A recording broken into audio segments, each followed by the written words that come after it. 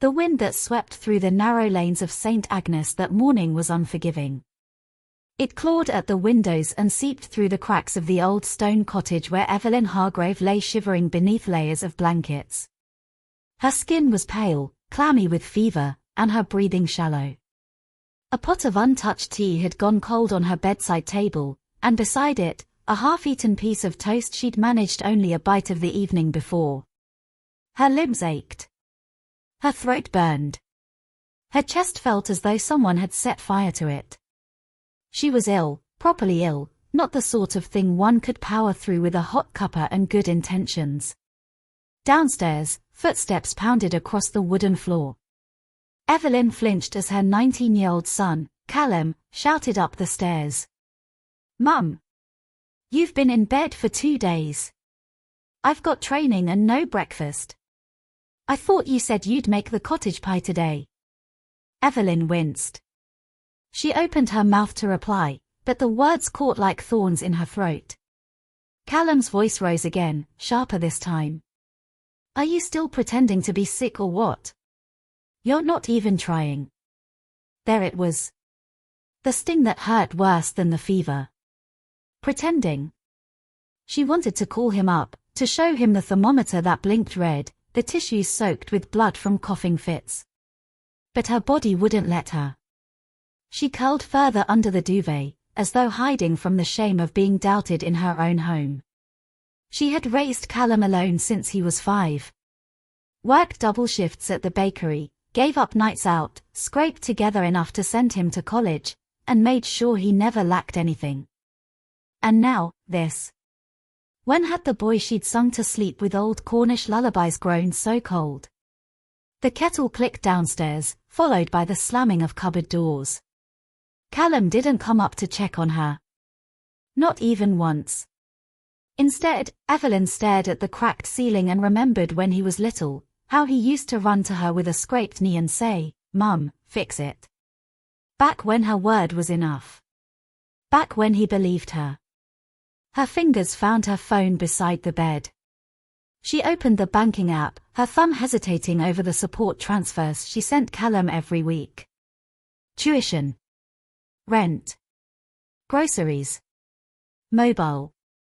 Her chest tightened, but not from the illness. Outside, the wind howled again. But inside, something colder was settling in. The morning light filtered weakly through the curtains as Evelyn mustered what little strength she had left to get out of bed. Every movement felt like dragging stones through thick mud. She needed to face Callum, to make him understand, somehow, that she was not pretending. In the kitchen, the air smelled of cold metal and stale bread. Callum sat at the chipped wooden table, scrolling through his phone, barely looking up as Evelyn shuffled in. She cleared her throat. "Callum, I'm genuinely unwell. I'm not faking this." He sighed, heavy with frustration. "Mum, you've missed 3 days of college already. How do you expect me to keep everything running at home? I've got work and training. Someone needs to cook and clean." Evelyn felt a sharp pang. She remembered the sacrifices she had made to keep the house afloat and give Callum opportunities. "I've done my best all these years, Callum. But I'm not well now. I need you to understand that." He slammed his phone down. "You're always resting when there's work to do. It's like you don't care." The words hit her like a cold wave. She wanted to shout, to explain, but she only whispered, "I do care. More than you know." Callum didn't respond. He stood abruptly and left the kitchen, leaving the cold silence behind. Evelyn sat down, heart aching. She wondered how the boy she had raised with so much love could become so distant so fast. She knew the road ahead would be harder than she thought. Days passed, but the cold silence between Evelyn and Callum only grew thicker. The cottage felt emptier, the walls echoing with unsaid words and resentment. Evelyn's health worsened. The cough that shook her at night turned harsher, stealing her breath. One evening, as twilight crept in, Evelyn struggled to stand in the kitchen. She managed to prepare a simple meal, just boiled vegetables and some bread. When Callum came home, exhausted from his day, he barely glanced at the modest dinner before scoffing. "Seriously, Mum? This is what you call food?" His words were sharp, cutting through the fragile calm Evelyn had tried to hold. "I'm doing what I can, Callum." "I'm not well," she said softly. Callum threw down his bag and glared. "You always say that, but you don't do enough. Maybe if you stopped pretending, things would be different." That was the last straw. Evelyn felt something inside her break. She looked him straight in the eyes and said, "If you think I'm pretending, then maybe it's time you understood exactly what that means." She reached into her bag and pulled out an envelope. The words on it were clear: funding termination letter. Callum's face twisted in confusion and anger. "What's this?" Evelyn took a deep breath. "It's the funding I've been providing for your education and living expenses. Effective immediately, I'm stopping it." The room went silent, the weight of her words hanging heavy between them. The seconds stretched like hours as Callum stared at the letter in disbelief. His mind raced, unable to comprehend the weight of Evelyn's decision. That funding had been his lifeline: tuition, rent, groceries, all paid without questions. Now it was gone. "Why?" He finally spat, voice cracking with anger and confusion. "How can you do this to me? After everything?" Evelyn's eyes glistened with unshed tears, but her voice was steady. "Because I am tired, Callum. Tired of being blamed for things beyond my control. Tired of pretending I'm well when I'm not. You wanted me to stop faking, so now you see what happens when I stop." Callum's face flushed with shame, but his pride held firm.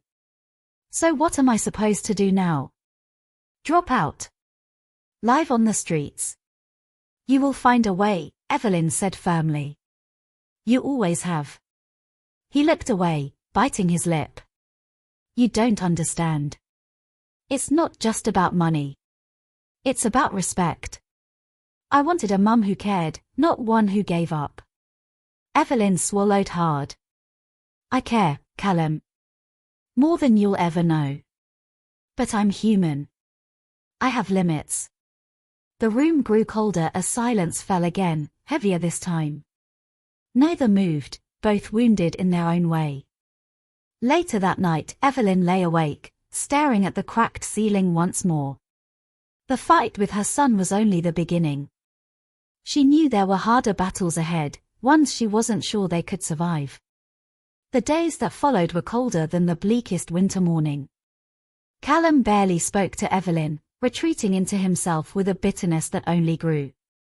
He spent most of his time at the local gym, pushing himself harder than ever, trying to drown out the pain with physical exhaustion. Evelyn, meanwhile, felt the weight of loneliness pressed down on her chest. The little cottage in Cornwall seemed to shrink around her, every creak of the wooden floor echoing her solitude. She tried to distract herself with light tasks, but her body often betrayed her, forcing her to rest. One afternoon, Evelyn sat by the window watching the storm clouds gather over the sea.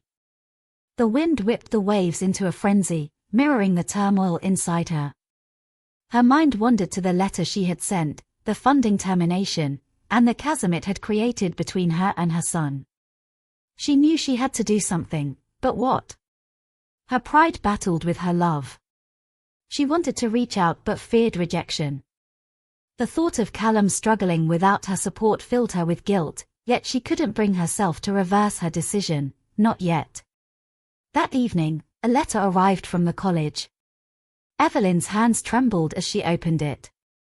Callum's attendance had dropped dangerously low, and unless he acted soon, he would face suspension. Her heart sank. This was no longer just about money or anger.